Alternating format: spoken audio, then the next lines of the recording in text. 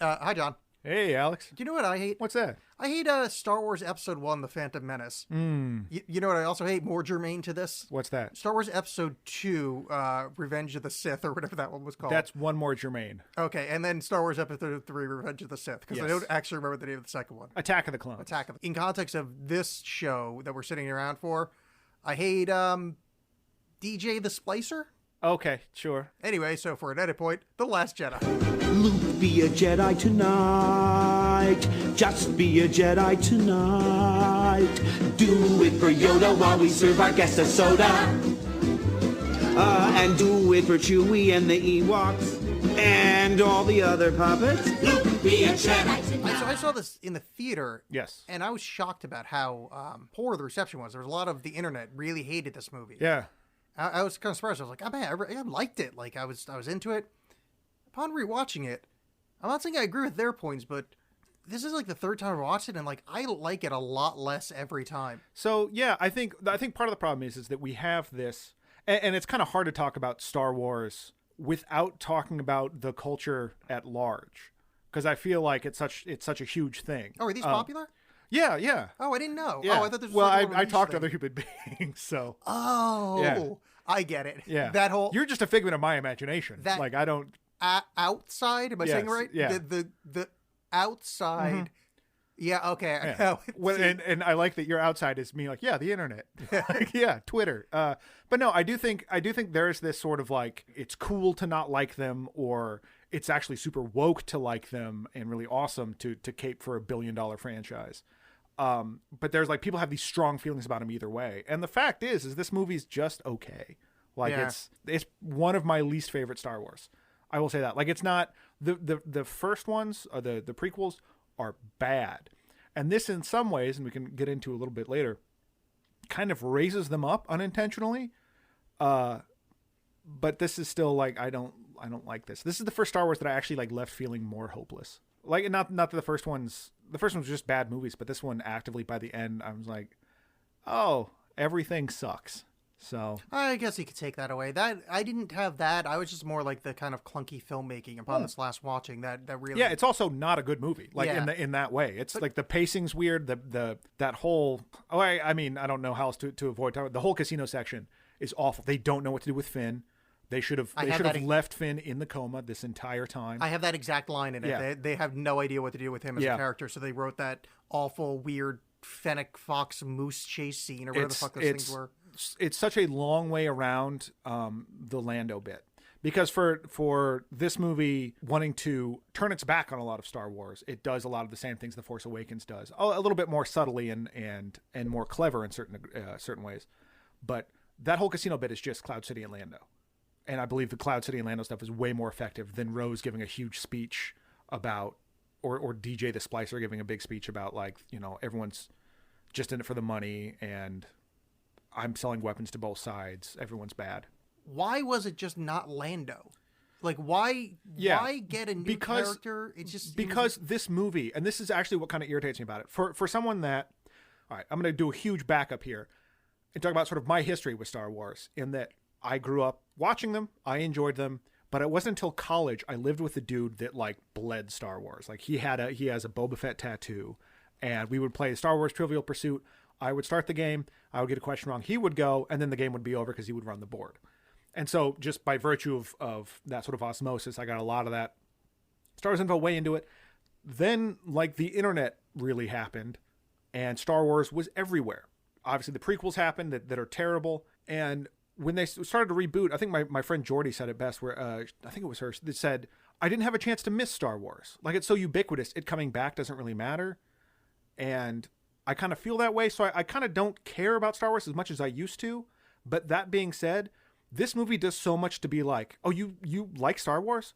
Go fuck yourself. Which is irritating in that, like, I'm all fine with the concept of moving past, taking the series in new directions, doing different things to it.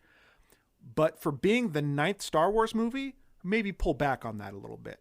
It felt a little like, I don't know if arch is the right word, but just like a little trolley or whatever, to be like, oh, they're into this stuff, when it does all these things that call back to the past. For being a movie that's like, burn the past, you absolutely love the past, and you're the 9th fucking Star Wars movie. And I found that extremely irritating throughout the entirety of this thing. That didn't bother me as much, mostly because I'm a bit of, I mean, I don't even know how to word this. This movie reminded me so much of the prequels, but the fact that it was better than the prequels kind of, it tricked me into liking it more than I actually like it. Because it's a better version of one of the prequels. It's that same, it's shit pacing. There's not a lot of plot. It's not good at, like, it's not a good script. It's not a good screenplay. And I think it just, a lot of that kind of kill the past shit, I think I was kind of okay with just because of how much it reminded me of the prequels, if that makes sense. Like, it felt like it was killing the parts of Star Wars I didn't like. But if I took a second, no, it's probably trying to kill all of the Star Wars. Yeah, and I think all of the wars. Like, there's a way to do it. Like, basically, this movie wanted to be Han Solo. It wanted to be that kind of, I'm still on board with this, but I'm going to kind of give a wry smile and be, kind of give it the business a little bit about how ridiculous this all is. And that's a very difficult tone to capture, particularly if you're not Harrison Ford. And this movie doesn't do that. First of all, the humor in this movie is god awful. I mean, a lot of Star Wars humor generally is, but this was even worse. But like Mark Hamill, Luke Skywalker, calling a lightsaber a laser sword.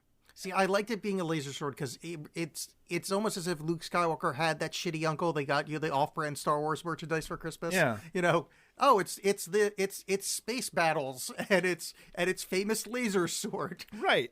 He's like he's the GoBots of the Star Wars Transformers. Yeah, but like, sorry, it's Luke Skywalker. Why is he calling it a laser sword? I don't know. What do you want to call it? A fucking power converter? If any other character called it a laser sword, if Poe Dameron or any of the new characters call it a laser sword, fine. But it's just like, why is Luke being all shitty about everything? Well, that's what I liked. Is that because he gave up on the Luke and Bray stuff was pretty much the only part of this movie I'm actually strongly behind liking.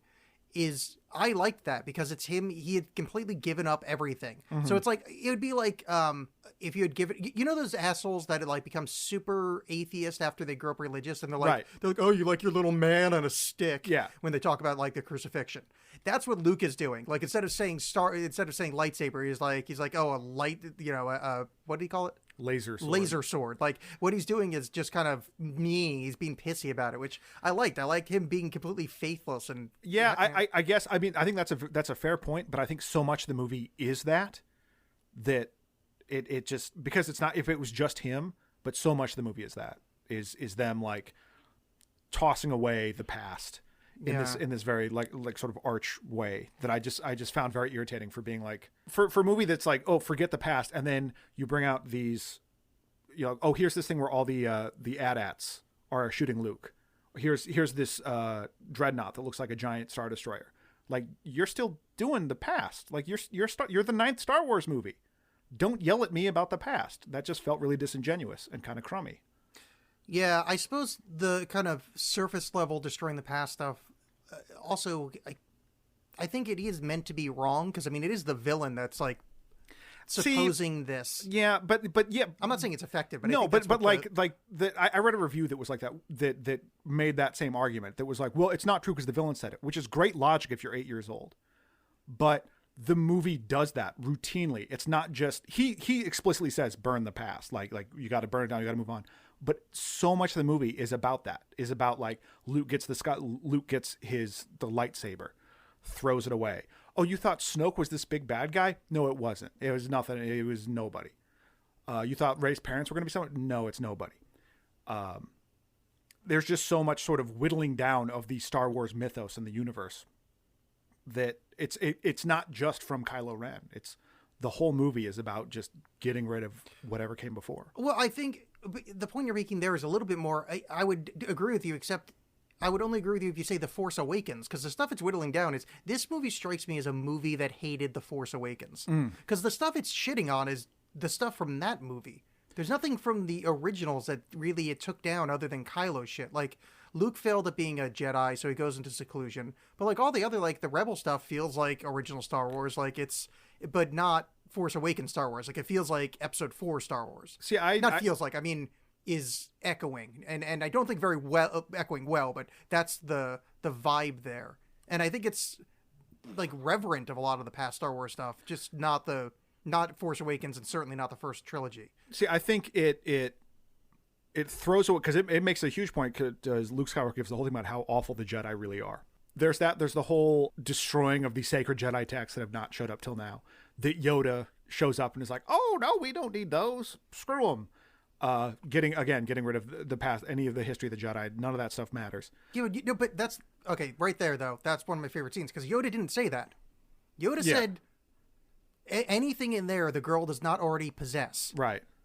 Because she already has the books. Yeah. That's Yoda being Yoda, which I like. I was like, that doesn't seem like Yoda to me. No, that doesn't seem like prequels Yoda. That totally seems like the fucking weirdo. He was some weirdo guy at Dagobah going like, how do you grow so tall? Because you eat shitty food. Like, right, yeah, because he was testing Luke, because he was like, I'm just going to act like a crazy person. And then when he talks to Ben Kenobi, he's totally like, oh no, I'm actually this kick-ass Jedi Master. But he's still... But he's not... I didn't think he was some cipher. I never really got that sense where he's giving you these half-truths. I always got that. That's because he's also the thing about like Ben lying and him not telling him that Vader's his real father. Like everything's kind of half truths in the original mythos of Skywalker doing the hero's journey. What that is not is Yoda from episodes 1, 2, and 3. Mm-hmm. Which again, I think that's part of the reason I liked it, is that a lot of the shit, like any of the Jedi, like if you think about what we know of the Jedi from 4, 5, and 6, yes. like the actual movies, is nothing. We know Ben Kenobi. Mm-hmm.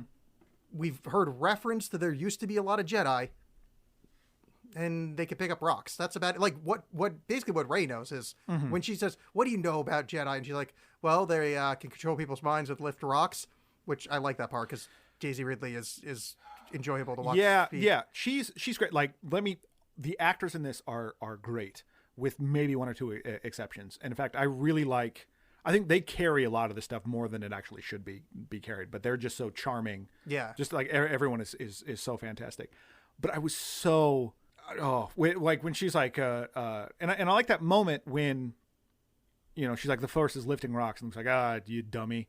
It's not lifting rocks. And then at the end, what does she do? She lifts rocks. I like that. I don't, because that was so annoying, because it is just like, no, it's them again being like, no, the Force isn't important. It doesn't matter. She's going to lift rocks.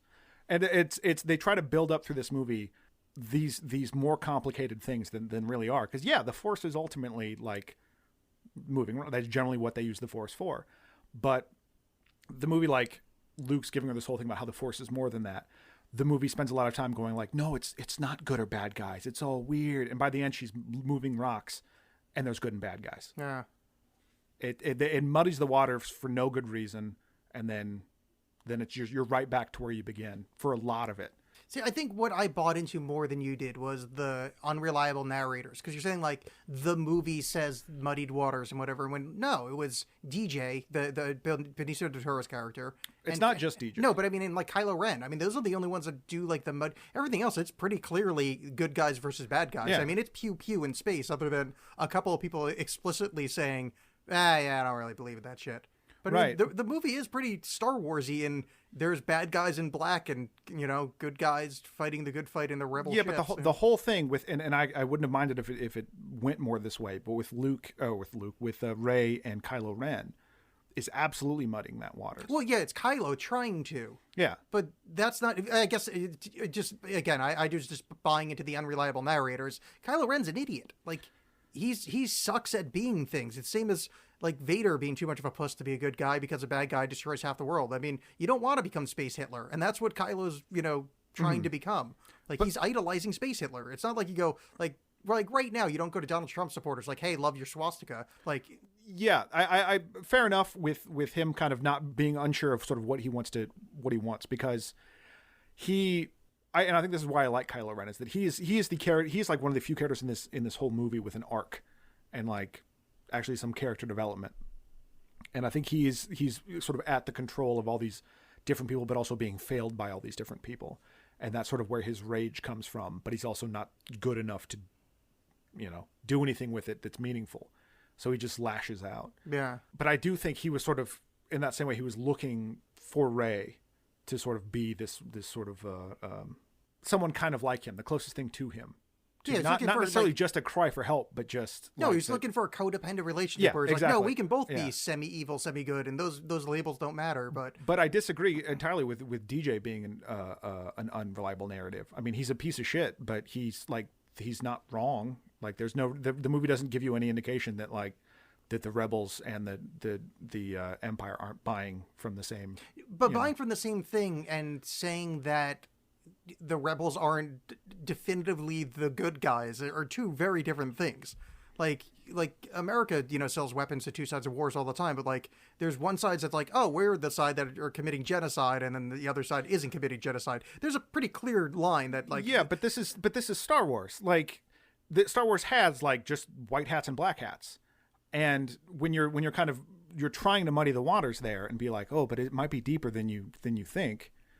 And then immediately backing off on that. Well, it's not. I think it's just it's DJ thinking the waters are muddy, or thinking that like it's all just a machine and blah blah blah. But I mean, he's objectively wrong. Like these are the people. They're going, hey, that Vader guy that killed most of the galaxy, great idea. Let's be on his team. Mm-hmm. Like they're objectively wrong. He's just too afraid or whatever to like fight for the good guys because he wants to make money. I think this is more of a political argument that I want to get into on this podcast. Yeah.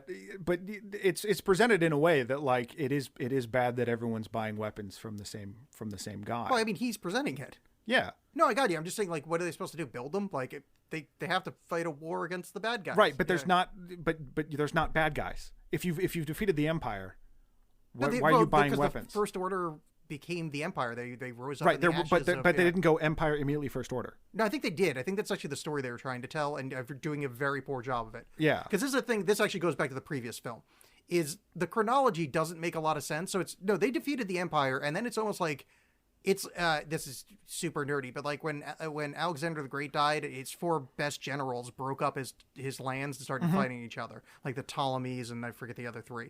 I think that's what the First Order was. Like they are just kind of the strongest took over for the Empire. So like I don't think the Republic ever really reestablished itself after Episode 6. See, that's the thing. So in a lot of the expanded universe stuff, a lot of the sort of post-Empire stuff was them like putting down remnants of the Empire. The only books I ever read were the Timothy Zahn, Admiral Thrawn stuff. Well, those are now legends. Those are not part of the expanded universe anymore. Yeah. But if they did that, and you know what I mean, like if that was how Episode 6 started, was like there was remnants of the Empire, but instead they decided to rebuild this whole this giant military machine all over again. That's basically just the Empire. Yeah. Mach 2, which I mean that's not the Last Jedi's fault, but like that's dumb. And I understand this movies want to like we don't want to just redo those same things again. But they got fucked into it because Episode 7 did that. Yeah. Like it's Episode 7 7, sorry. Episode 7 is Force Awakens. Yeah. But Force Awakens. Yeah. It's one, that movie blows more than Last Jedi. I was more entertained by it. I probably was more entertained by it, but it is not a solid movie. No. Like it is and it leaves you with nowhere to go except for repeating the first trilogy, which I think a lot of people would like. And that's one of the things I liked about Last Jedi was it was ballsy in that it just refused to do part 2 of The Force Awakens. Sure. However, why would you hire this guy to do part 2 and ruin what should be a trilogy? Like there's a lot of wrong going on. Like this is a terrible second part of a trilogy. Like I was saying before, like I think there's a way to to try to get out of it, but I think what they did was ineffective and kind of crummy in how they tried to avoid it. On the note of, because a lot of this movie's flaws, I think, has very much to do with Force Awakens not being good or not being a good start for a new trilogy, is Admiral Holdo. If you're going to kill Vice Admiral Holdo? Whatever. I called her J.K. Rowling the whole time because motherfucker, she looks like J.K. Rowling. Oh, I don't know what J.K. Rowling looks like. She looks like Laura Dern. Oh. So, if you're going to have a beloved character die heroically, why not put off Han's death to fucking this movie? Yeah. You just invent this woman out of whole cloth and go, oh, here's somebody you have to care about in 15 minutes, which no time to give a shit about her, so she can die heroically. You had somebody that could die heroically right there, or bring in fucking Lando. Yeah. Bring somebody. I liked the character, but she was not around enough for that to pay off into any way that made me give a shit. Yeah, I liked that bit, like as far as like a little actiony set piece, Yeah. like that was cool. And I love Laura Dern. And I thought like the little interplay between her and Oscar Isaac was great. For as much as I like on this rewatching, I hate Poe Dameron. I hate that guy. But like their like Sam and Diane kind of thing, I really enjoyed. But she kind of drove me nuts in that, like, oh, I have the secret plan. I'm not going to tell anyone because that's effective. And now I'm dead.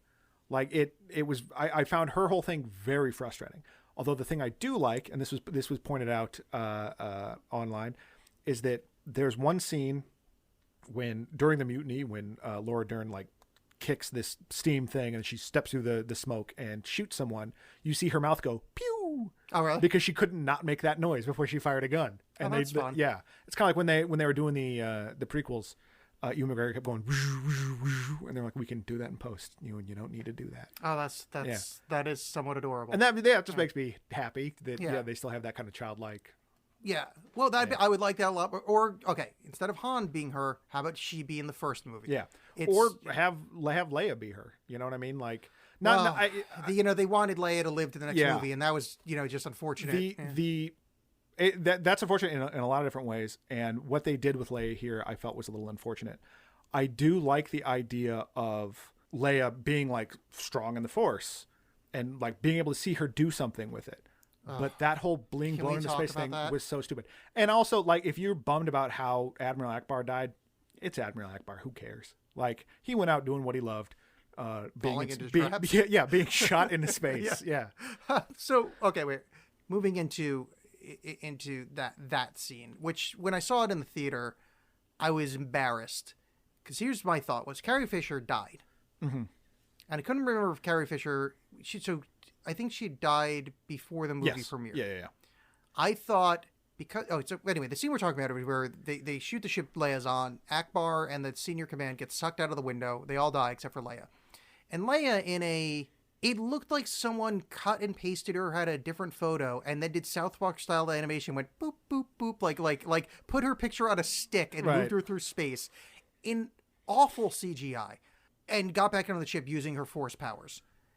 It looks so terrible, and I thought, oh, is this how they wrote Leia out of the script? Which I'm like, okay, I hate the CGI, but you had a scene of her, and so you needed to, digitally suck her out of a window.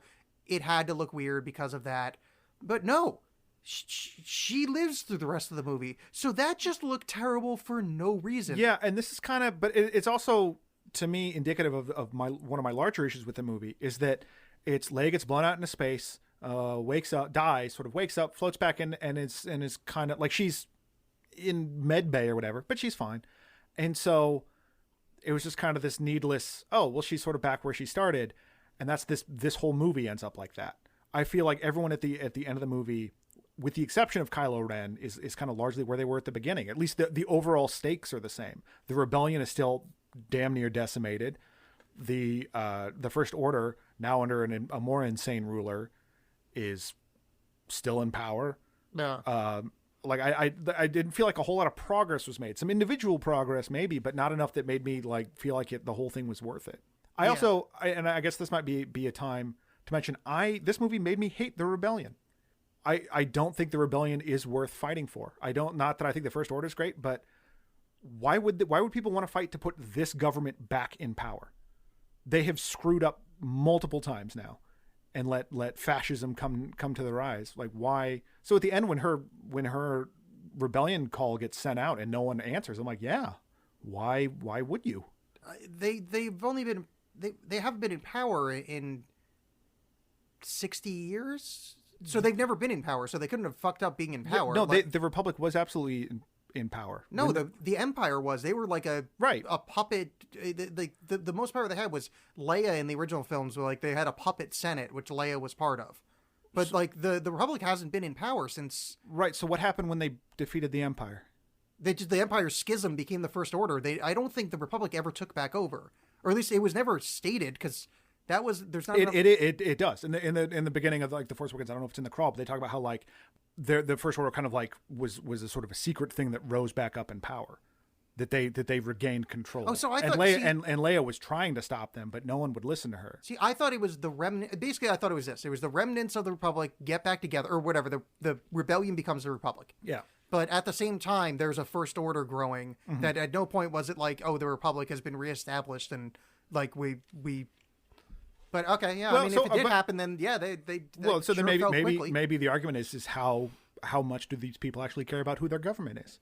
You know, like, Yeah. are they just like, yeah, no, the Empire, like, they were awful, but they made the trains run on time. It's true. You know? Yeah. But I just honestly, like, I didn't like a lot of the things the Resistance did this time, namely not shooting Poe Dameron out of an airlock, which they should have done.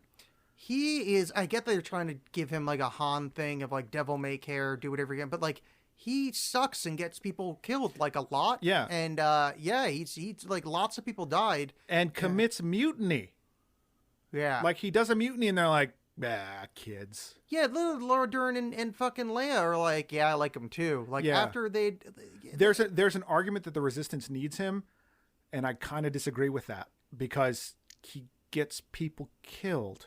Like, he's good. He's a good pilot. And yeah, he did that bombing run, that video game style bombing run at the beginning, but he committed mutiny. Yeah, but also he committed mutiny against the worst vice admiral Sure. ever. Because if she had just said, "We have a plan," which I get, like if you're military, it's like it's not your place to explain to your underlings. But also, fuck you. This is a rebellion, not a structured military order. Like, just explain to the fucking guy. You know who he is. You know he's a brash, fucking pilot type. Explain to him what's happening. Yeah, or at least give him enough to be like, look, we got this handled. Yeah, because of Poe is also how we end up with the stupid casino scene, which was so pointless. Yeah. Like, it was just pointless, and it was pretty. I think a lot of this movie is very dour, and even the how sort of picturesque picturesque isn't the right word, but how visually interesting the big final battle on the salt plains are. It's still just like, bleh. It's still very like dark reds and just so the casino was actually kind of a nice step away. It was almost kind of like the prequels, like you said, but that was very prequely, and the music was so on the nose. Yeah. Like, it had that muted tremolo, like, wow, wow, we're at a casino, wow, wow. Yeah. It's just, there's a thing in the casino, and we're apologies for being all over the map, but this is just the way it's happening. I at no point did I think we're going to do this movie A Yeah. to B, because there's so many little things I want to talk about wait, before you make your point Yeah. of casino, let me just say, Mark Hamill's secret cameo as the vomiting tiny man that puts coins into BB-8. Oh, that's Mark Hamill? I think so, Oh. because he's got a secret cameo, and I think that's him. That is so fucking prequels, and in a Yeah. really bright Yeah. prequel-y scene, just Yeah, made me yeah. like bristle, and just I don't want. You know what I did not notice till this time around, on the like Admiral Hux's second in command. Well, they're not on the Dreadnought, but his second in command. You know who that is? That is Vivian from The Young Ones. That's Yeah, Aid yes. Edmondson. I didn't know that till this Yeah. time around. I was like, holy crap, how weird is that? Yeah, the director's commentary, which is the most boring director's commentary I've ever heard. This man is just dry toast made flesh. Oh, Ryan Johnson. Oh my God, is he a fucking bore? But he references like in The Young Ones, and that's why he hired that guy. Well, there's a couple of cameos, and one actually leads into the point I was going to make about the casino. Is there's a scene I noticed at the casino, which is something that I kind of feel affects the movie overall. It's just this one thing. So much of this movie could be like, not.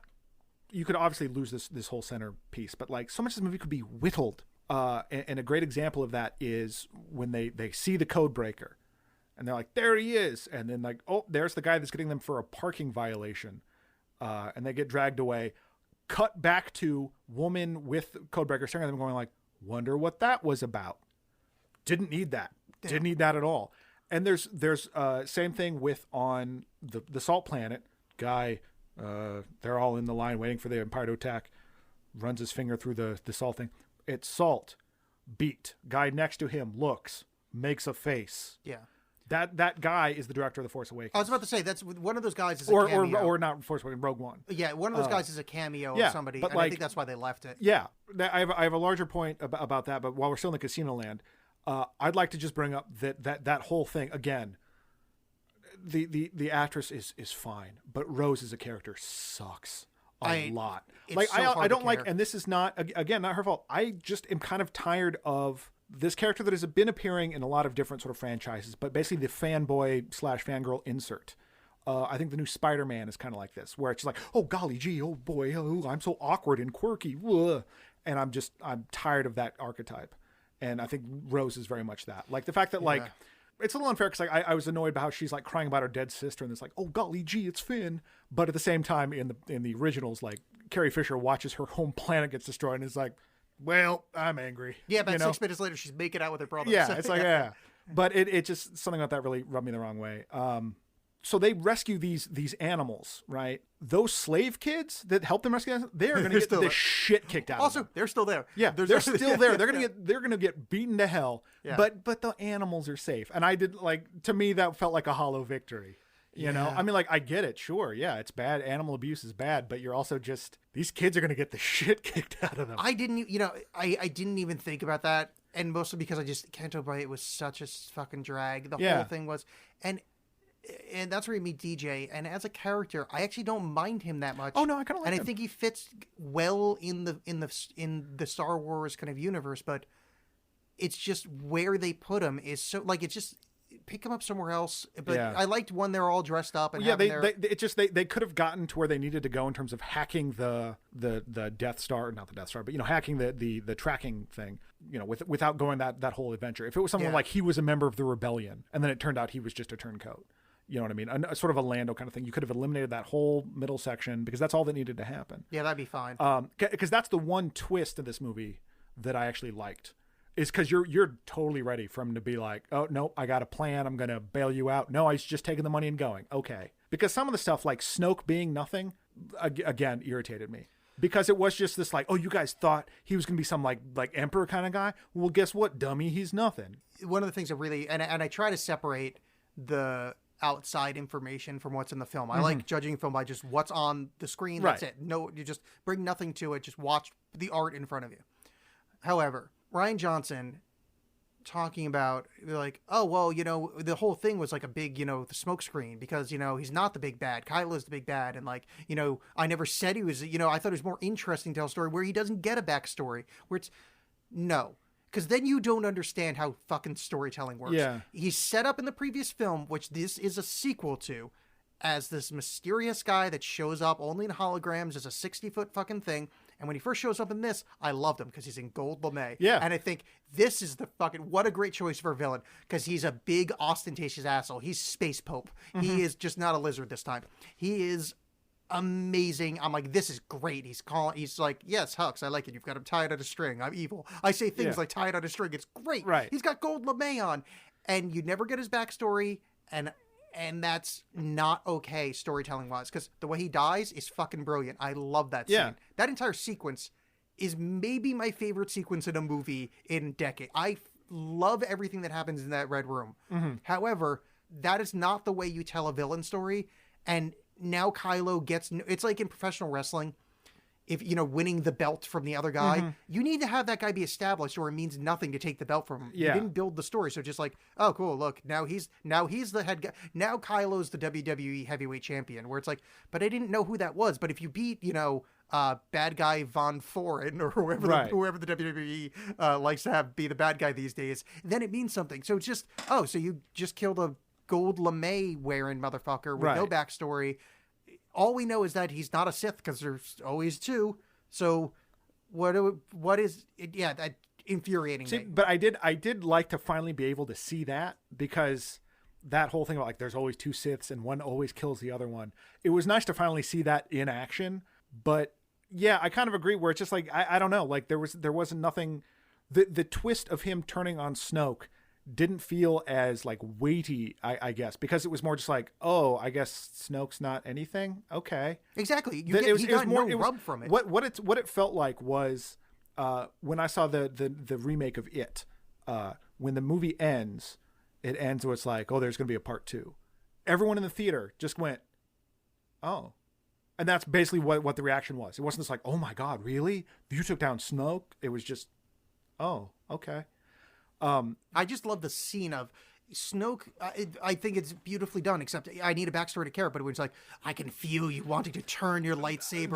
That was a little like enough, like a little on the nose. I still liked it, but it was the a little. fact that he's a giant guy in gold lame and wearing a kyber crystal ring that's been bled red. Yeah. I love it. It's just this big Brobdingnagian personality piece of shit guy getting cut in half. Loved it. Followed by that fight scene is fucking gorgeous. Well, here's something that I noticed this time around, and that I really actually appreciated, is that unlike say the prequels where lightsabers are popping, the only battles that happen in this movie, the only like one-on-one battles, have emotion behind them.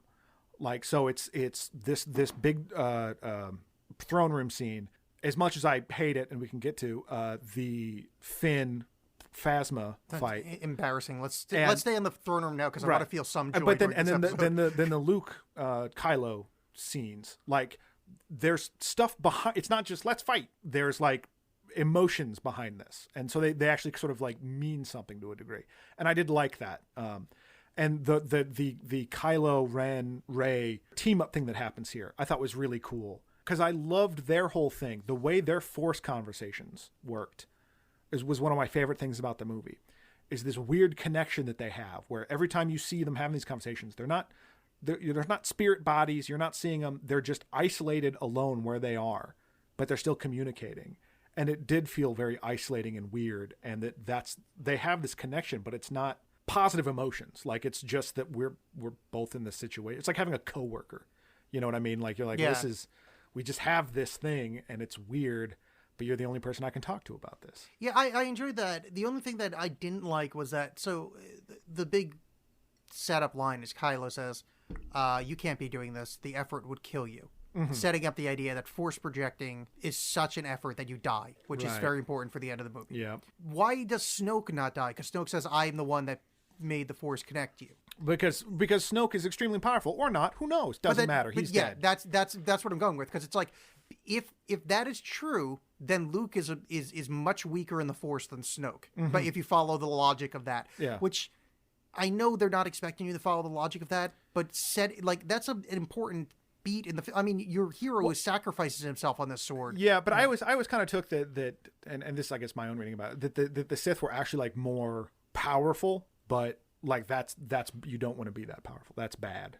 Like you dipped too much. It's like you want to take the right amount of steroids, but these guys are juicing like crazy, whereas I take the awesome amount. Yeah, so they got like shriveled Sith balls. Yeah. That's actually Snoke's face. Oh, now it all makes sense. Yeah, because why give a backstory to his horrible scarred visage? I mean, that's never worked out well in a movie. He's Yeah, I like the Force Skype things. I also, again, because Daisy Ridley is wonderful. Mm-hmm. Her, do you have a cowl or something you put on? Yeah. Like they're having this intense scene, and she just keeps going like, I don't want to see you without your shirt on. Yeah. I enjoyed that. Yeah, this time around, I really liked her a lot more, and I liked Adam Driver a lot more. Yeah, me too. They both on second watching. They really won me because Adam Driver bothered me in the first two films, and this one I think it's just because I don't think his character is very well written. Like I should say that I don't think his character is like likable at all, and it's almost hard for me to see the good acting that's going on because of how kind of annoying, like petulant he is. That's something that bothered me in the first one, and I actually like took a step back and went like, well, okay, they're going to do something with it. Is that he was just for being billed as this, like, oh no, he's going to be the new Vader in this, that he was this petulant child. But the second one, or this one capitalizes on that, and in fact, to argue your point about it being more about a rebuke of the Force Awakens. Is when Snoke's like, take off that helmet. That helmet's dumb. And when he smashes it in the elevator, when he first smashes it, the helmet kind of looks more like a Darth Vader helmet. And then he just goes nuts and smashes it away. And so he is this character. As a character, he is kind of just lost. And I think not like having seen it before and knowing what sort of his arc is in this movie, I liked it a little bit more. I thought his performance was good. I'm a little, well, that's a whole other point. I'm a little bummed that with Luke and his thing. Not the fight at the end, but just that like Luke almost murdered somebody. Like that just again was this thing where like, oh, okay, I guess that's what Luke Skywalker is now. I that's the one beat, but I did like the way he describes it. It was a fleeting thought. Like it was like, yeah, but a fleeting thought. Well, he managed to pull out his lightsaber and stand over a kid in bed. Like that's John. I've apologized for that. How many fucking times at this point can you just get over it? It was a fleeting moment. It wasn't even that sharp of a knife, to be honest with you. It was a lightsaber. Yeah. By the way, again, apologies. But it's just like I understand sort of wanting to take away a little bit of the myth of the Jedi as being like these holy things, which I think, as I was saying earlier, I think this raises the prequels up a little bit simply by virtue of showing how decadent everything was in those first three movies. And when Lucas was making them, obviously, he wasn't thinking about that. He was thinking about how can I make this look cool and nice and whatever. but it really fits that kind of like Yeah. the Jedi were in this decadent society and it was ridiculous. So unwittingly, I think it makes those movies a little bit more poignant. Yeah, at least that aspect of it. Yeah. No, and I liked Luke a lot. I thought Mark Hamill put in a really good performance. There was a couple. Mark of, Hamill like, is so good. Yeah, there was a couple. Like, I mean, not since the Guyver has he been this good. Thank you. But Finally, we agree. I got not choked up, but it really hit me where he's like, Chewie, what the? And he goes, wait, where's Han? Yeah. That where's Han? He's got a little quaver in his voice. It's like, ooh, that was good. Like, way to fucking go, Mark Hamill. I got a little like it got me when R2 shows him the Leia hologram. It's like, that's Chewie. I'm like, oh my goodness. Yeah, that was really nice. I'm not moment. immune to that. The other, I loved basically all the Luke Ray stuff. I was really run over by, except for and I can't stress.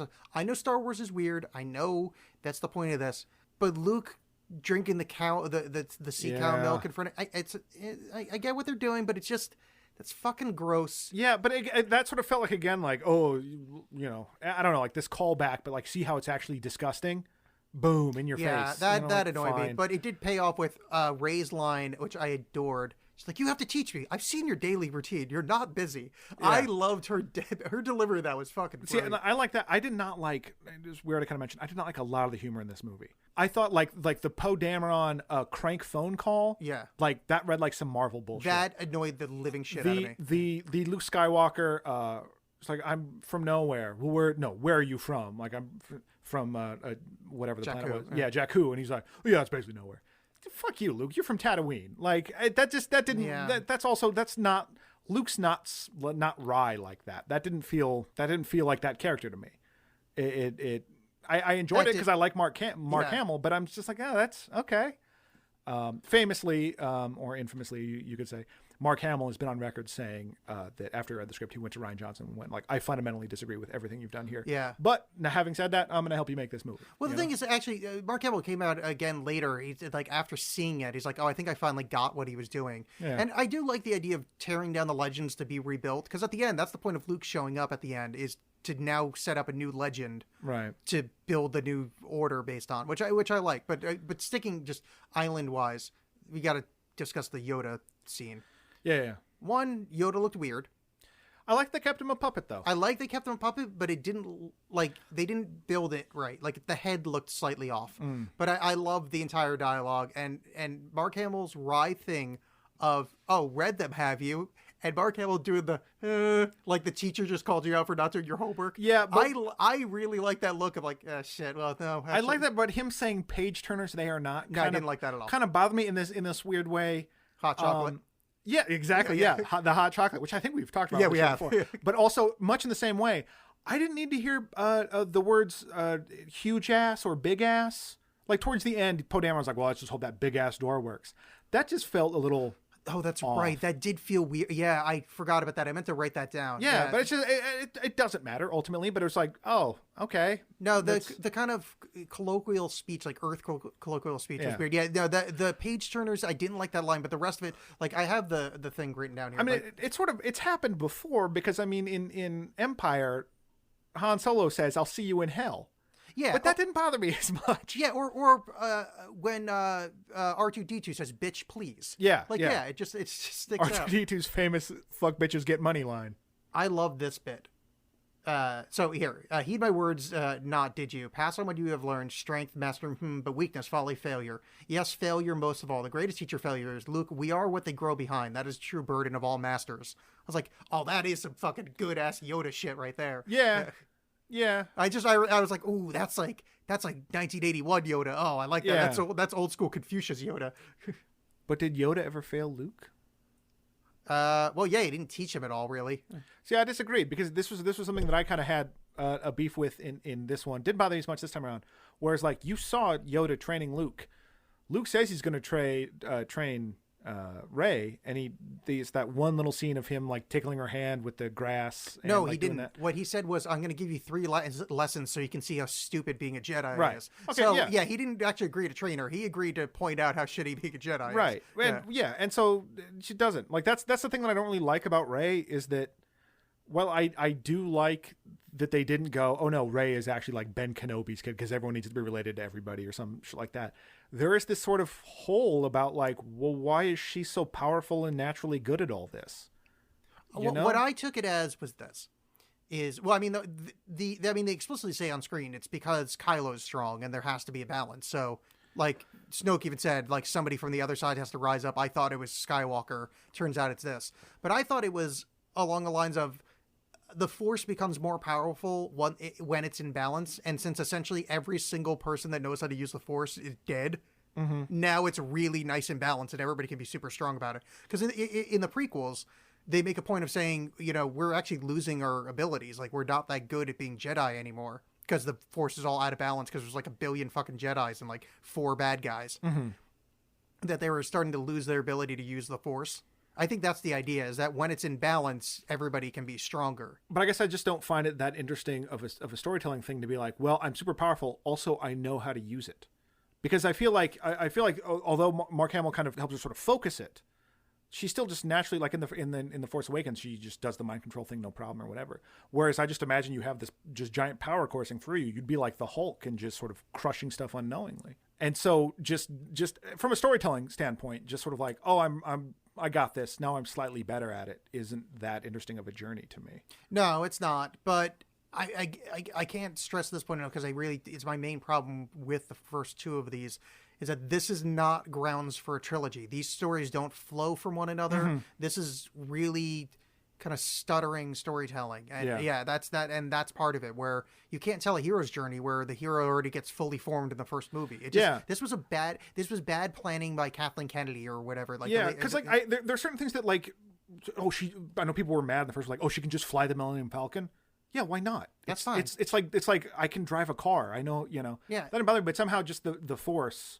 The thing that bothers me is how good everybody is at other languages. Like, she could speak Wookiee. How the fuck can you speak Wookiee? Yeah, but everyone in Star Wars does that. I always like that. And that's something. No, but she grew up on like one planet. She's never met a fucking. But I don't know, because that's always irritated me in the prequels, how they went like, no, we'll just have everyone have really offensive accents instead of just having people talk crazy alien languages. That's so what it's sort of like it's like in Star Trek they have the universal translator, so it sounds to you like everyone is speaking English, whereas this, I just always kind of took it as everyone sort of has universal translator, but you're not hearing what they're hearing. You're hearing how it's actually going. That'd down. be fine. There's so much stuff in this that you can't look at too hard, or you shouldn't look at too hard, because it is just, you know, it's a big myth and whatever. But one of the few jokes that landed for me was, if you see Finn, tell him, and then Chewbacca's like, "Argh!" And she goes, yeah, that's good. Tell him that. Yeah. I was like, fuck you, movie. I like that. Like, that's a lot of this movie, like, because I ended up liking a lot of it begrudgingly. Like, the first act is terrible. Most of the second act's terrible. But, like, I love the slow speed chase. I thought that was a really great idea. Yeah, I mean, like, it's very Battlestar Galactica. I like that. It's also, I think this might be the first movie where they talk about fuel for the ships. Is that come up before? Yeah, they're all fueled by Jawas. It's a cutscene. They just throw corpses. Yeah. But I just not like corpses, John. But I like that slow moving. It's not. I mean, obviously going fast, but you know, like that constant threat of like. So we're escaping. This is an ongoing thing, but it could have been played out better, I guess. And part of that's just the annoyance of having to go to the stupid casino planet. Yeah. Which we kind of teased this before. We're talking about Finn and Rose, and just like them not knowing what to do with Finn in general. Which is because John Boyega is great. He's great. Like I highly recommend the movie Attack the Block. Attack the Block's wonderful. Yeah, he's so great in that. Their stupid journey that amounts to nothing, and then they go to the Death Star. Or I keep wanting to call it, because it looks like a Death Star. But who gives a shit? It's the Death Star. the lead thing to hack it, and that was just so annoying. And it was a moment like when it's revealed that BB-8 is operating the ATST. I was like, you know what, that's for kids. That's, you know, like whatever. That didn't bother me. That didn't bother me either. Yeah. But what really irritated me is that Captain Phasma showed up long enough to get an action figure. Like that's what that whole scene totally felt like. Was just I don't get. I mean, and again, this is the tearing down what they built up in Episode 7. Yeah. Is They want to build up. I'm surprised they didn't have the Knights of Ren on toilets. Like all it is try to build up the things that were supposed to be interesting in episode 7. And I say supposed to because it's not. But why have her there? Just have her stand in the background. Why have a fight? Because she's not built up to be a badass. Well, but that's kind of my thing, and I've sort of alluded to it already. Is that this movie is so much about knocking stuff down, but it's not replacing it with anything. I feel like this movie has whittled down the Star Wars. It didn't feel expansive. It felt very whittled down to this sort of nub of like, well, here's the bare things you need to care about. Don't worry about the rest of the world. At the end, it kind of gives the idea that like, oh, there's people otherwhere that wearing these insignia rings or whatever. But it felt smaller than the Star Wars movies of past. And I think that's something that bothered me about it. Well, I mean, the rebellion's about like 8 people at the end of this. Yeah. So there's the Finn. So Phasma, it's fine. It's not fine. It's embarrassing. His killer line of "Hey," and then smashes her in the face reminded me of Homer going, "Die, evil robots, die." Yeah. With cool guy went like that. I could be. Yeah. It's like, hey, what great. Yeah. Boyega is just wasted in this film, and Yeah. I feel it sucks because he's a great actor, but like there's nothing like I don't know why they didn't pair him off somewhere else or just it's. Well, like in the first one, Poe is sidelined, and in this one, he's sort of like he's in a coma at the beginning. They should have left him there and then had him come back and do something either at the end or because his whole they don't know what to do with him. He's the odd man out. Yeah, and what an embarrassing scene so prequely where he's walking around in the portable bacta suit and springing leaks. Yeah. That is so fucking George Lucas style humor, even though Lucas had nothing to do with this. Like, that was embarrassing, and that just made me feel prequely, which I don't like feeling that way, to be honest with you, John. Well, and there's no we kind of have to talk about this since we've already talked about Rose and him a little bit. His final stand, there is a lot of suicide runs in this movie. I know in episodes past, there have been like, we're going to do this crazy, super high risk against all odds attack. But other than the dude from the robot from Rogue One, I don't feel like there was a lot of like, I am knowingly going to kill myself to do this. And there was a lot of that in this movie where like, so you have I'm trying to think of I don't think any other than Rogue One. I don't think that's really been a story you have Rose's sister doing the final like valiant like I'm doing this, which is a little bit different, but it's still like a suicide run what they're doing. Then you have Laura Dern's, you have essentially Luke doing it, Finn trying to and then Rose stops him and it's like, oh no, but we don't do this, this is so close to 2 suicide runs happening. This does not feel genuine at all. This is totally muddied by everything else in this movie. And it doesn't pay off. It is annoying because Finn not having anything to do the whole movie, him dying for the cause. Cool. Yeah. I would hate to see John Boyega leave the series, but like that would have been a cool death. Like that would have been at least something meaty. But if you're not going to do it, don't do it. Like that was a point. It just felt like hollow preaching because but Holdo did it and helped everyone get away. Yeah. Luke's whole thing was doing it. And that's not the same as Obi-Wan Kenobi doing, because Obi-Wan says, if you strike me down, I'll become more powerful than ever. Like, he knew he was getting a sweet-ass spirit body. And maybe Luke's coming back in the third one. I don't know. But I also don't want to judge this movie about what the third one could be. Well, the third one is because he said, see you around, kid, which I kind of like because that's Han's phrase. So, but how do you do the third one? Like, you're going to have to move forward in time. I think that's what they do. I think they do a time jump about 5-10 years, explains how Carrie Fisher's dead, and it's not going to be awkward if it's not like, hey, remember last week when Leia died? You jump 5-10 years and then pick up from there. I mean, I don't know what the story is because this isn't a trilogy. Yeah. Well, it's clear they're, like you said, they're just making it up. But it's the same thing. Actually, that was the other thing that reminded me of the prequels. Killing off Snoke this early was like how they killed off a horny guy from what's his name? Liam Neeson. No, I heard he's hung. I heard he's got a big hog. Darth Maul. Darth Maul. Yeah. Killing off Darth Maul early, where it's like, oh, you set up that's the villain for the piece, and then you kill him, and then it's like, well, now we're rudderless. Yeah. So like, killing off Snoke, it's like, this is what are we doing for the third one? So you can't have a redemption story with Kylo because we already had that chance. Yeah, well, because he's already sort of revealed himself to be this like they did that in this one because he's like, no, I want to team up with Ren I keep calling her Ren. I want to team up with Rey, Stimpy, and we're gonna change the face of everything. And then when he's talking to Luke, he's like, no, I'll destroy her. Blah, I'm a bad guy. okay, so yeah, no, his intention's there. So yeah. I mean, ultimately, Yeah. the Star Wars universe is somewhat limiting in terms of you're going to have these same sort of battles and archetypes, apparently. Yeah, but we can't kill Kylo. Right. So who do we fight in the next movie? Well, you're going to fight Kylo. But you can't kill him. Yeah, if it's the end of the trilogy, absolutely. You can I don't think you can. You set him up as this emotional person that people care about. Like there's a connection to him. I don't think you can kill him as a bad guy. Or you can, but that's not going to be a wonderful, happy ending. No. Hey, that guy we care about and we've seen shirtless and have like really emotional depth. That's why I couldn't get with Darth Vader, is that I never saw his pecs. That's true. And I was like, I let him die. Well, actually, you did. Anakin, I think you saw some titty. Yeah, but that was before. I'm talking about the original. Oh, yeah. There's that scene where Sheev Palpatine has nipple tassels on. Okay, so, yeah, Poe sucks, Finn sucks. The final standoff, I guess, needs to be discussed a little bit here. We haven't discussed Carrie Fisher nearly enough. Carrie Fisher's the greatest human being that's ever lived. And I love how Carrie Fisher was in this movie, not Leia. Because I love that scene with her and Holdo, and they both say, "May the Force be with you" at the same time. And she's like, no, go on. I've said it enough. See, and that felt so Carrie Fisher-y. Yeah, but that's the kind of thing I like, because it wasn't too heavy-handed. Yeah. And I like that in terms of like handing shit over to the next generation or whatever. I thought that rode that nice middle ground. Yeah, and and that also fits the Leia character, because she was kind of brash and like a little bit sarcastic, but like it really felt like Carrie Fisher was like, yeah, I don't feel like acting. I'm just gonna be me in these. I'm so tired. And she loves slapping fucking what's his face. Yeah. As much as I hate Poe Dameron, like Oscar Isaac is really charming.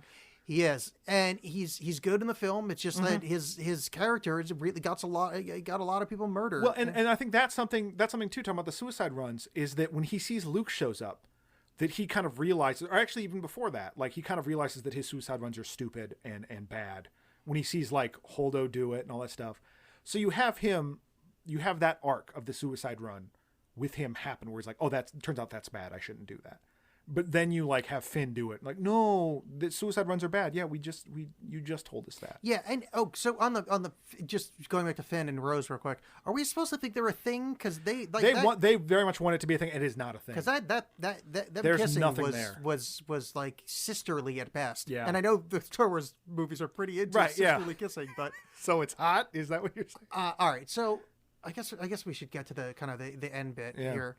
Aim every weapon at that man. I enjoyed his frothing spittle. Yes. Like, please destroy the shit out of it. That's a moment that goes on just like a little too long, where he's like, attack him, and then Hux is like, attack him, and you beat.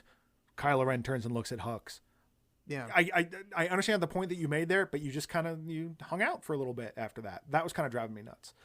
With that sort of like people standing around reacting to things. There's a little bit too much. I did also like how Hux is always wrong, because he does do you think you got him? Yeah. Like really sarcastically, and then well, actually no, you didn't. Yeah. It just kind of I not that I enjoy him as the comedic kind of whipping boy, which he was in this film. They did it well for a choice I didn't like. Yeah. They did it well. Yeah. Like he still has that air of authority. They haven't completely like neutered him in that regard, but he is sort of 100% the whipping boy. Like everyone knows that he's at the mercy of Snoke, but they're still going to do what he says. And I mean, the guy survived a swipe by Fenrir Greyback.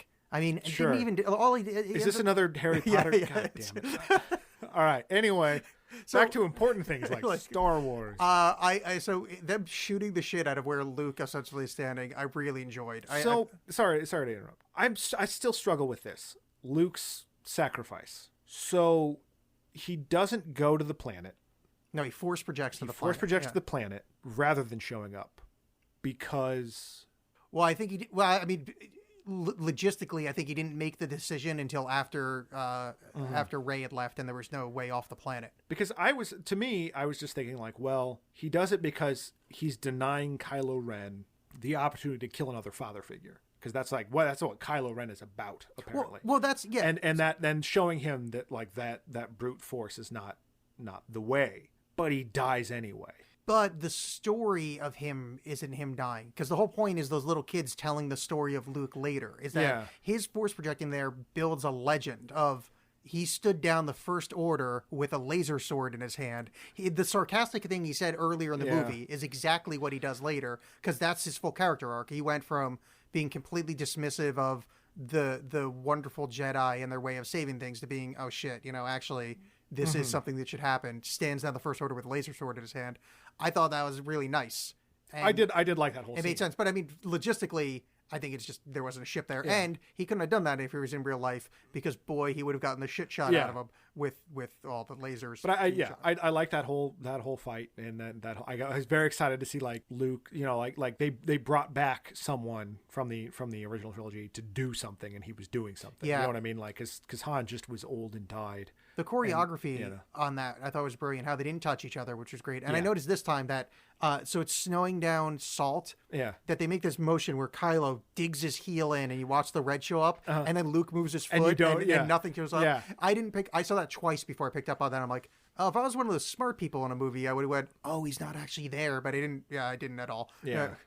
Well, also, if you watch the remastered movies, you can also see giant space lizards walking through sand, and they don't leave trails behind them. So it could just be a CGI problem. A callback.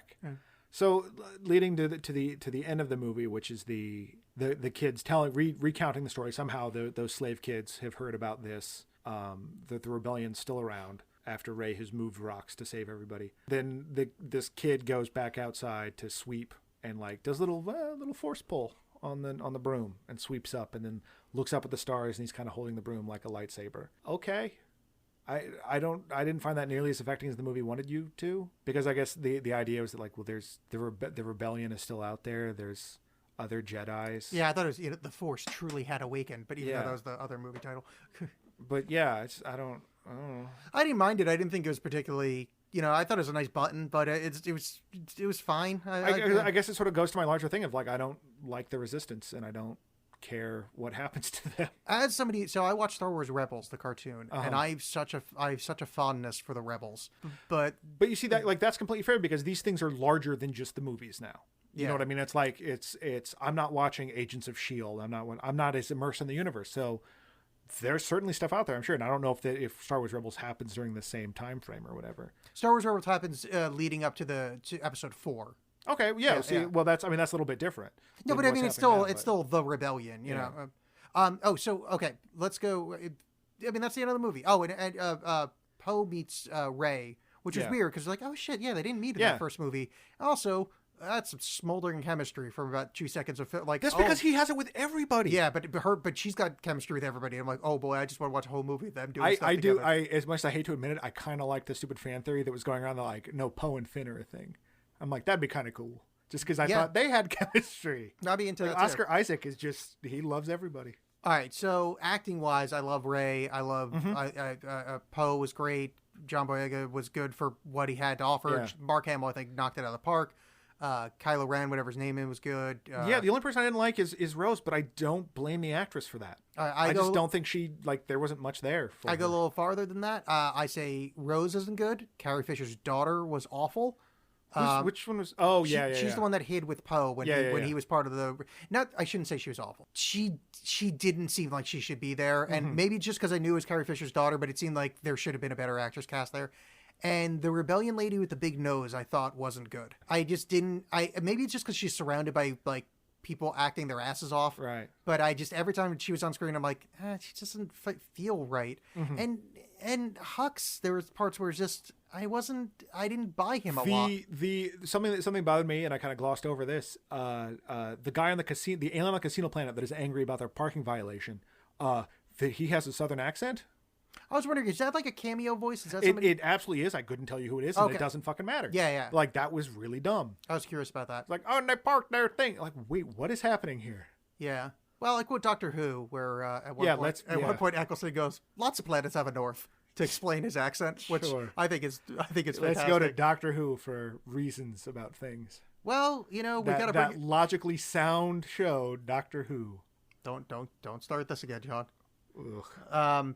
I got to tell you, rewatching it, I don't like this movie. Yeah, I actually liked it a little bit more than when I first saw it in the theater, but I still don't like it very much. It's just there's some interesting concepts there, but it's not fun to watch. Like it's just dreary, and it's not whether or not the movie is trying to be a product of its times, it's also this thing right now that I don't want to watch something about how everything I know is a lie and doesn't hold up to scrutiny, and these things that you thought are great aren't. Like, that's happening day to day.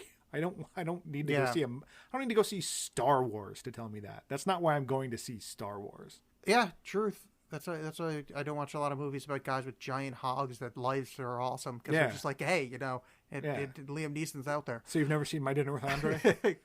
But I watched a lot of his matches with Hogan. Hey. There's a cut scene that you didn't see, I'm assuming, but that just goes further to Luke's out of characterness. But I actually like the scene where there's there's lights and fire coming from the village that the weird lizards on the island. His slaves? Guns. Yeah. Well, they're his slaves. Well, no, they're keepers of the Jedi Temple. You know, they're monks. Are they getting paid? Yeah, but monks don't get paid. They're slaves. So monks are slaves? Yeah. Oh, they're slaves to God. Well, I guess. okay. You know what? If God lived in the house, yeah. But John, the person they're worshiping is there. John, don't start your atheistic bullshit here. God does live in that house. I'm wearing a fedora and making a Bill Maher face at you right now.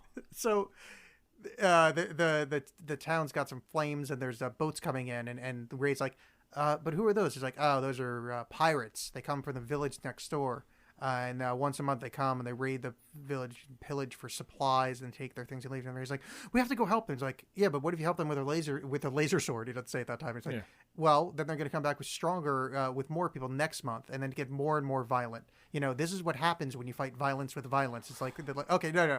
But she goes, yeah, fuck you. She lights the lightsaber, runs through the door, and they're in the middle of a big celebration because they're just having a party with people from the next town over, and Chewie's there, like hanging out with R2-D2, and then they kind of have a rave party, and Luke shows up like, sorry, you ran away before I could say anything. I was just fucking with you. And it's like, yep, that sounds like that farm boy we got to know in those first movies, just fucking with people. Yeah, especially emotionally scarred farm boy that's been alone for this many years. Right. He's got a highly developed sense of irony and pranksterism. Yeah. Like, I like the bit where he's like tickling her hand. Is like, oh, you feel it? That's the Force. Like that, I bought. Yeah, like just because he's angry that he's doing. But this. That also feels like kind of any kind of samurai master film where they're kind of messing with exactly. That. Yeah, but that's ridiculous. I'm sure we missed a whole. But here's a small little note. Mm-hmm. And I guess this happened in the original trilogy, but this is the first time it really occurred to me how dumb it is. The gorilla AT-AT walkers making roaring animal noises. See, I don't remember them really doing that in the first one. Yeah, maybe they didn't, but I definitely remember it in this one. I went, did they actually program those things? See, now I liked it in Rogue One, like the ones that were on the sand, and when they shoot it with a rocket, it looks like it took a punch. Like they really the anthropomorphization of them. But did they make a screaming noise? I honestly could not tell you, because that's the part that went, oh, that's really awkward. Yeah, I don't know. Again, if you don't want to burn down the past, have them show up with different weapons. Why are they showing up with those things? Like they should have laser swords. Yeah. They should just be giant laser swords with legs, like almost like the brooms from Fantasia, but they're laser swords. I think it's perfect. And then you chop them down and become even smaller brooms, and then they go into Itchy. Yeah. Oh, okay. Here's a scene we need to talk about. Oh. Rey is on the island with Luke, Skywalker. Yeah. And she falls down the beach anus to go into. Oh, yeah. Okay. So she falls down the beach anus. Inexplicably, she knows how to swim, which bothered me because she grew up on a desert planet. Whatever. Rey's good at everything. Yeah, but I grew up near water. It's sexist to think otherwise. Oh, that's why I hated this movie. I forgot I hate women. Oh, I answered it. Okay. And then she goes to that mirror scene, which one, very cool looking scene, but two, what was I supposed to get from that? Because I don't know. I mean, you were supposed to get that her parents were nobody. I did like that kind of trippy scene, like her snapping. I loved it. I just cool. Didn't know what I was supposed to get from it. Yeah, for something that seemed like the well being the sort of wellspring of the Force, or well, that's supposed to be like the dark side down, right? Or like in Empire, where Luke has to go into the tunnel and he encounters Darth Vader and he kills him, and Darth Vader ends up being Luke. It's that, but with less. It's just that Rey is just Rey. I guess. If it was still Lucas directing, she sees herself. She goes, "Who are my parents?" She sees herself. If Lucas was directing, that would mean that she's a clone. Well, it is, but I mean, there's also the clearly we're taking it all as canon. Anakin Skywalker, Immaculate Conception. Like, Yeah, it's true. there's nothing to say that Rey didn't just spring up from something. I thought she was going to have a more interesting, only because she kind of looks like Shmi Skywalker, Anakin's mom. Yeah. They have a similar look, and I was like, oh, that would be interesting if she was like a clone of Vader or something that came out female. Or I think that was some of the theories going around in the first one. Yeah, but... I mean, like I was saying, like I don't mind that it's because we already have the Skywalker progeny in Ben Solo. Like, I don't need everyone to be related to anyone, everyone else. I still like. I mean, I don't think the Skywalkers don't need to be involved because I mean, it's what Star Wars is about. Is about the sky. That's a huge part of it is the Skywalkers. But I'm also just glad that it's not like, oh, secret father, secret sibling. That they sort of eschewed that a little bit. That was a change I was okay with. I'm fine with her not having like known parents. That's down. It was just anyway. Yeah, no, but it was this sort of again. It was like the Princess Leia scene. It was this. Oh, okay. Well, that's done now. We've done that. I don't feel any particularly strong way about how that just happened. That killed some time. Yeah. In the end, I think we're just about done. Yeah. I don't like this movie. No. Which makes me sad because other than the prequels, I like most of the I like all the Star Wars movies. But this one it just didn't. There was parts of it I really liked parts, but the whole doesn't make up for it. I don't want to sit like maybe fast forwarding to parts I like would be fine. But what's funny is the thing that I was worried about, honestly, that I was worried about the most going into it, was the Porgs, and I'm kind of okay with them. Yeah, they were fine. Like they're fine. Like I've accepted that cute, annoying animals are like that's Star Wars. That's a huge part of Star Wars. But I like that the movie treated them like they're vermin, but they're adorable vermin. So whatever. Yeah, and also, why did Luke's hand disappear with him? It was made of metal, and his robe stayed there. That was weird. Well, you didn't. Maybe it's just clunking around in the robe. They didn't go close. They didn't do a CSI thing. That's true. Right? It's the contents of the robe. Yeah. All right, John. So we've discussed some Last Jedi, and now we can discuss a segue of how to talk about how next episode we're watching John Wick. Yes, if only there was some way to smoothly get us to that. Yeah, I don't know. I'll try to think about it. Segue into talking about John Wick. I don't know how I'm going to tell them we're watching John Wick for next episode. I don't know. We'll have to come back to this. Yeah, I guess next episode when we talk about John Wick, we could like describe how we transition into John Wick. Yeah, we'll just cut it into the first part of it and make it sound like it's a seamless conversation. Wait, are there porgs in John Wick? I hope so. Yeah, me too. Because then I could be like, hey, you know that scene in John Wick where there's porgs? Well, next week we're watching John Wick. I'm just going to pretend that every gun in John Wick is a porg. Well, you know how to do film editing. Get on it. That's true. I'll just insert those. After Effects. Yeah. Well, yeah. So I think you know what we're watching next week. Face Off. Yeah. Well, soon enough, I'm sure. Yes, that's it. So thank you for listening. Leave reviews, tell your friends, those kind of things. Share, repeat, do the things that you do to support people. Yay. Yay. Bye. Bye.